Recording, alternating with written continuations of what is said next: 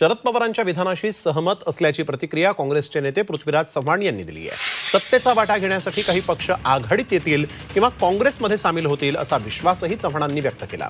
मात्र हे सर्व 4 जूनच्या निकालावर अवलंबून असल्याचंही यापुढे त्यांनी म्हटलंय।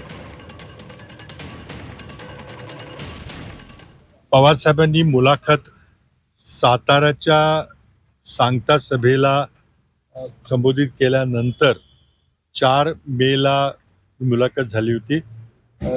योगायोगाने मीही त्या मुलाखतीला उपस्थित होतो।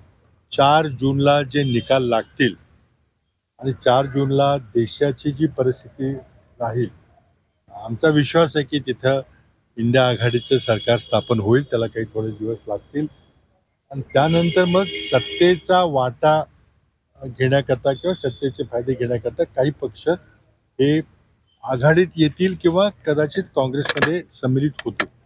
पण हे सर्व जर आहे आणि ते 4 जूनच्या निकालावर बरंच काही अवलंबून राहील।